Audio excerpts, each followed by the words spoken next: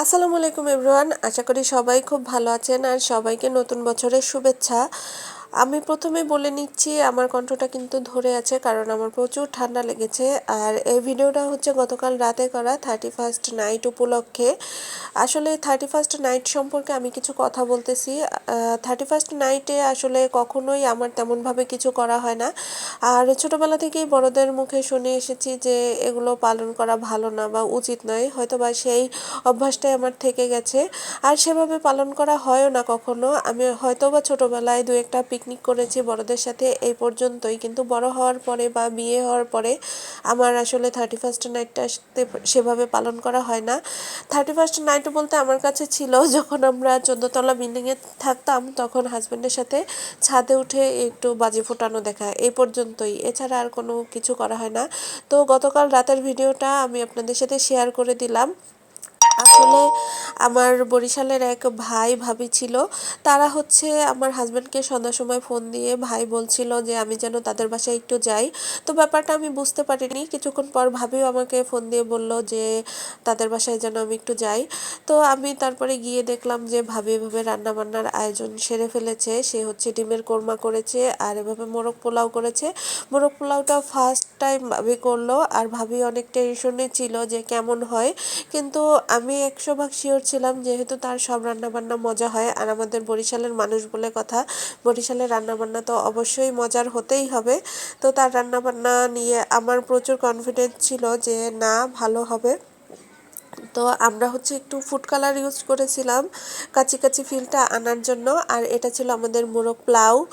তো মাঝখানে আমরা হচ্ছি এভাবে ঝালমুড়ি খেয়ে নিচ্ছিলাম, যেহেতু বাসায় কেউ ছিল না, ভাবি আমি আর মেয়েটা ছিল ভাবির। তো আমরা তিনজনে মিলে এভাবে পোলাও না সরি ঝালমুড়ি খেয়ে নিচ্ছিলাম। আর আমার হাজব্যান্ডের জন্য অপেক্ষা করছিলাম যে সে কখন আসবে। তার দুর্ভাগ্যবশত কালকে ডিউটি ছিল। তো ডিউটি শেষ করে আসতে আসতে হয়তো বা রাত 11টা 12টা বেজে যাবে। তো এই যে মাঝখানে মাঝখানে একটু নেড়ে চেড়ে নেওয়া হচ্ছিল। আর 2024 সাল বলতে বলবো যে 24 সালে ভালো মন্দ মিলিয়েই কেটেছে। তো অনেক অনেক চাওয়া ছিল, হয়তো বা সেগুলো পূর্ণ হয়নি। আশা করব আল্লাহ যদি চান সেগুলো 2025 সালে অবশ্যই পূর্ণ হবে।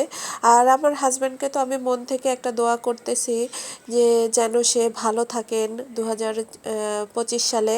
তার বউকে নিয়ে যেন সে সুখে থাকেন, তার বউকে নিয়ে যেন বিভিন্ন জায়গায় ঘুরতে পারে, তার বউর মনের ইচ্ছাগুলো পূরণ করতে পারে। আর যেন অন্তত তার বউয়ের সব মনের কথাগুলো সে বুঝতে পারে। এটাই তার জন্য দোয়া থাকবে আমার। নিজের জন্য বিশেষভাবে কিছুই চাইলাম না, আল্লাহ যা পূরণ করেন করবেন।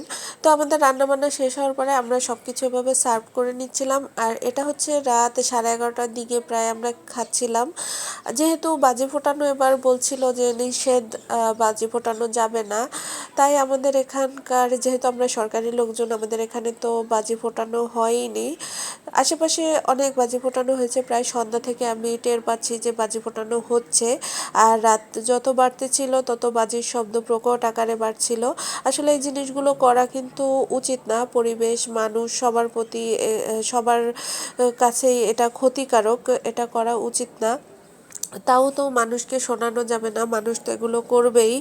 আর আমরা হচ্ছে এগুলো ফিল করছিলাম আর চারপাশে অনেক শব্দ হচ্ছিল। তো আমি একটু ভিডিও করে নিচ্ছিলাম, আমি লাইভেও গিয়েছিলাম।